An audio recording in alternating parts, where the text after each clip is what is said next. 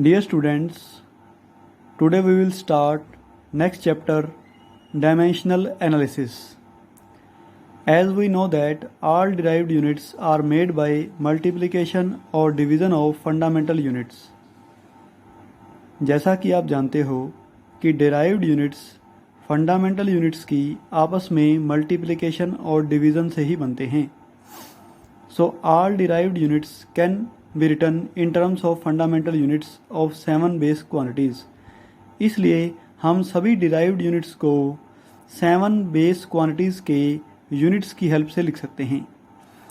So these 7 base quantities are called as 7 dimensions of physical world. इसलिए हम इन 7 base quantities को 7 dimensions of physical world कहते हैं. The 7 base quantities and their dimensions are as follow. First is mass, dimension is m1, length l1, time t1, temperature k1, electric current a1, amount of substance mole, luminous intensity cd. आप सभी इनके units भी जानते हो. मास का unit kilogram होता है, इसकी डायमेंशंस को हम m1 से लिखते हैं. लेंथ का यूनिट मीटर होता है, इसे हम इसकी डायमेंशन हम l1 लिखते हैं. टाइम का यूनिट सेकंड, इसकी डायमेंशन हम t1 लिखते हैं. ऐसे ही टेम्परेचर का यूनिट केल्विन होता है, इसकी डायमेंशन को हम k1 से लिखते हैं. इलेक्ट्रिक करंट का यूनिट एम्पियर होता है, इसकी डायमेंशंस को हम a1 से लिखते हैं. अमाउंट ऑफ सब्सटेंस का यूनिट मोल होता है, इसकी डायमेंशंस को हम मोल mol से लिखते हैं, पावर 1 आएगी. और लुमिनस इंटेंसिटी का यूनिट कैंडेला होता है, इसकी डायमेंशंस हम cd से लिखते हैं. Note, dimensions of any physical quantity are always written in square bracket. किसी भी फिजिकल क्वांटिटीज की डायमेंशंस को हम हमेशा स्क्वायर ब्रैकेट के अंदर लिखते हैं. Square bracket indicates that we are dealing with dimensions of quantity, not with its magnitude. Square bracket इस बात को शो करती है कि हम क्वांटिटी की डायमेंशंस के साथ डील कर रहे हैं, हम इसके मैग्नीट्यूड या इसकी डायरेक्शन की बात यहाँ पर नहीं कर रहे. Second, different physical quantities can have same dimensions. अलग अलग फिजिकल क्वांटिटीज की डायमेंशंस सेम हो सकती हैं, जो आप आगे चल के देखेंगे. Now we will discuss about dimensions of derived physical quantities. अब हम कुछ डिराइव्ड फिजिकल क्वांटिटीज की डायमेंशंस के बारे में पढ़ेंगे. ऊपर जो 7 क्वांटिटीज हमने पढ़ी वो सारी बेस क्वांटिटीज हैं और उनकी डायमेंशंस हमने पढ़ी हैं. अब डिराइव्ड यूनिट्स, डिराइव्ड क्वांटिटीज की बात हम करेंगे. First is displacement. डिस्प्लेसमेंट होती है shortest distance. As it is distance, ये एक डिस्टेंस है, लेंथ है, so its dimension is l1, length के सेम ही होंगी. Second is velocity. Velocity is displacement by time. Velocity displacement by time की इक्वल होती है. डिस्प्लेसमेंट डिस्टेंस होता है जिसकी डायमेंशन को हम l1 लिखते हैं. टाइम की डायमेंशन नीचे हम t1 लिखेंगे. जब ये t1 को ऊपर लेके जाएंगे तो t पावर -1 हो जाएगा. इस तरह से वेलोसिटी की डायमेंशंस बनेंगी l1 t -1. Next is momentum. Momentum होता है मास इंटू वेलोसिटी. तो मास की डायमेंशन m1, वेलोसिटी की डायमेंशन ऊपर हमने बनाई है l1 t -1, तो मोमेंटम की डायमेंशन बनेगी m1 l1 t -1. इसी तरह से एक्सेलरेशन. एक्सेलरेशन होता है change in velocity by time, so इसको हम l1 t -1 बाय t1 लिखेंगे और एक्सेलरेशन की डायमेंशन बनेगी l1 t -2. यहाँ पर ध्यान देने योग्य बात यह है कि velocity, change in velocity, average velocity, final velocity, initial velocity, group velocity, face velocity, terminal velocity, random velocity, critical velocity, जितनी भी तरह की वेलोसिटी हैं, इन सब की डायमेंशन सेम रहेंगी l1 t -1. चाहे ये क्वांटिटीज अलग अलग होंगी लेकिन डायमेंशन सेम रहेंगी इनकी l1 t -1.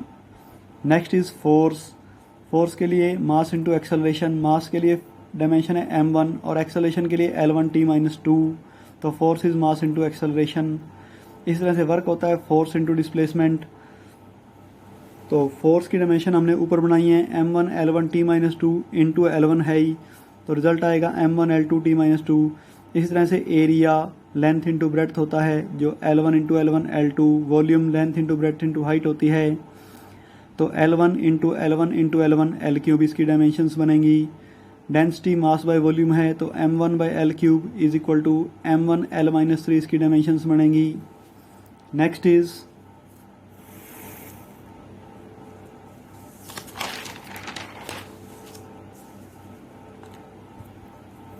Pressure. Pressure force by area होता है, तो फोर्स के लिए डायमेंशन हमने बनाई है और एरिया की डायमेंशन हमने बनाई है, दोनों को डिवाइड करके हम प्रेशर की डायमेंशन बना सकते हैं।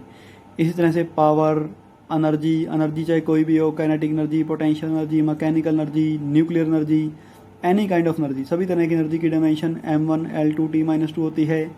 फॉर एग्जांपल यहाँ पर मैंने काइनेटिक एनर्जी की डायमेंशंस बनाई हैं और काइनेटिक एनर्जी का फॉर्मूला होता है हाफ mv²। हाफ एक कांस्टेंट है, नंबर है, इसकी कोई डायमेंशंस नहीं होती। मास के लिए m1 और वेलोसिटी के लिए L1 T-1 है, उसका स्क्वायर भी करना पड़ेगा हमें। तो रिजल्ट में हमारे पास डायमेंशंस आएंगी m1 L2 T-2।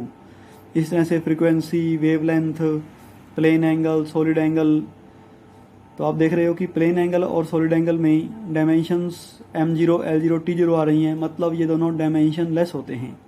तो हमारे पास कुछ क्वांटिटीज ऐसी भी आएंगी जो डायमेंशन लेस होती हैं, जिनकी कोई डायमेंशन नहीं होती। इस तरह से इम्पल्स, फोर्स इनटू टाइम, इसकी dimension m1 L1 T-1, surface tension, फिर है ट्रिग्नोमेट्रिक रेशियो सारे डायमेंशन लेस होते हैं क्योंकि ये सेम क्वांटिटीज का रेशियो होते हैं, ऊपर भी लेंथ नीचे भी लेंथ। जैसे साइन थीटा होता है परपेंडिकुलर बाय बेस, ऊपर भी एक लेंथ है नीचे भी एक लेंथ है, तो लेंथ से लेंथ कैंसिल हो जाएगी। इस तरह से इसकी कोई डायमेंशन नहीं बनेगी। Energy density, energy by volume होती है, डायमेंशन m1 L-1 T-2 आएंगी।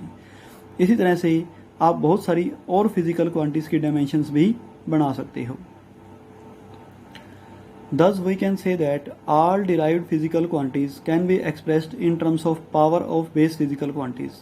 तो इस तरह से हम कह सकते हैं कि जितनी भी हमारे पास डिराइव्ड फिजिकल क्वांटिटीज है उनको हम बेस फिजिकल क्वांटिटीज की पावर के रूप में लिख सकते हैं।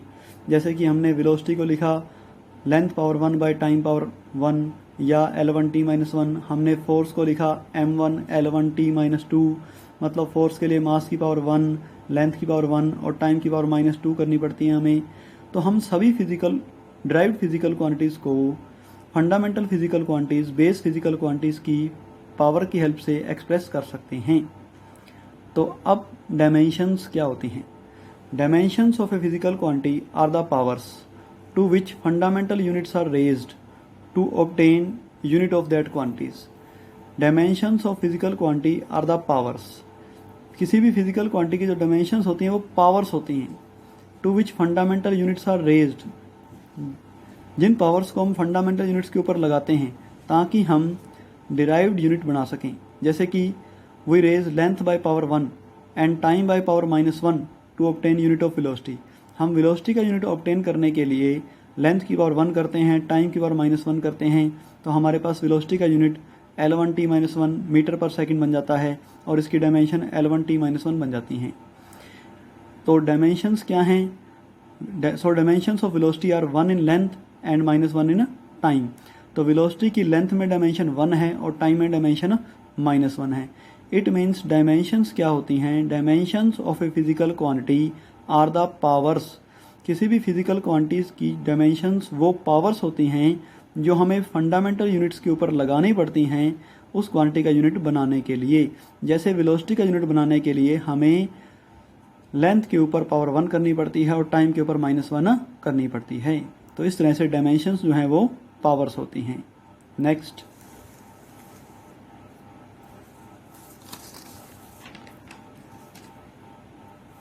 Dimensional formula. A formula written to represent the dimensions of a physical quantity is called as dimensional formula। A formula written to represent the dimensions of a physical quantity is called as dimensional formula।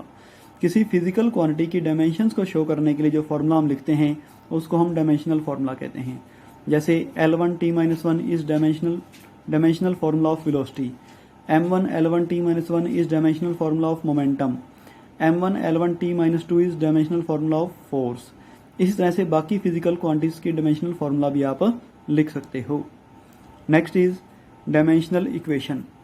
N equation obtained by equating the dimensional formula of a quantity with its symbol is called as dimensional equation. किसी quantity के dimensional formula को अगर हम equate कर दें, equal कर दें उस क्वांटिटी के सिंबल के साथ, तो जो इक्वेशन बनेगी उस इक्वेशन को हम डायमेंशनल इक्वेशन कहते हैं। जैसे अगर हम वेलोसिटी के डायमेंशनल फॉर्मूला L1 T-1 को इक्वेट करें, इक्वल कर दें वेलोसिटी के सिंबल v के साथ, तो ये हमारे पास एक डायमेंशनल इक्वेशन बन जाएगी v is equal to L1 T-1। इसी तरह से अगर हम मोमेंटम के dimensional formula m1 l1 t-1 को इक्वेट कर दें, इक्वल कर दें मोमेंटम के सिंबल p के साथ, तो ये भी हमारे पास एक डायमेंशनल इक्वेशन बन जाएगी, p is equal to m1 l1 t-1। इसी तरह से फोर्स है, एक्सेलरेशन है और भी दूसरी फिजिकल क्वांटिटीज़ हैं जिनके डायमेंशनल फार्मूला हमने लिखे हैं। तो किसी भी फिजिकल क्वांटिटी के डायमेंशनल फार्मूला को अगर हम उसके सिंबल के साथ इक्वेट कर दें, इक्वल कर दें, तो बनने वाली इक्वेशंस को हम डायमेंशनल इक्वेशन कहते हैं। तो बच्चों, आपको जितने भी ये डायमेंशनल फार्मूला मैंने सिखाए हैं इस वीडियो के अंदर, आपको उन सब की प्रैक्टिस करनी है। धीरे धीरे करके ये सारे फार्मूलाज आपको याद हो जाने चाहिए। Thank you.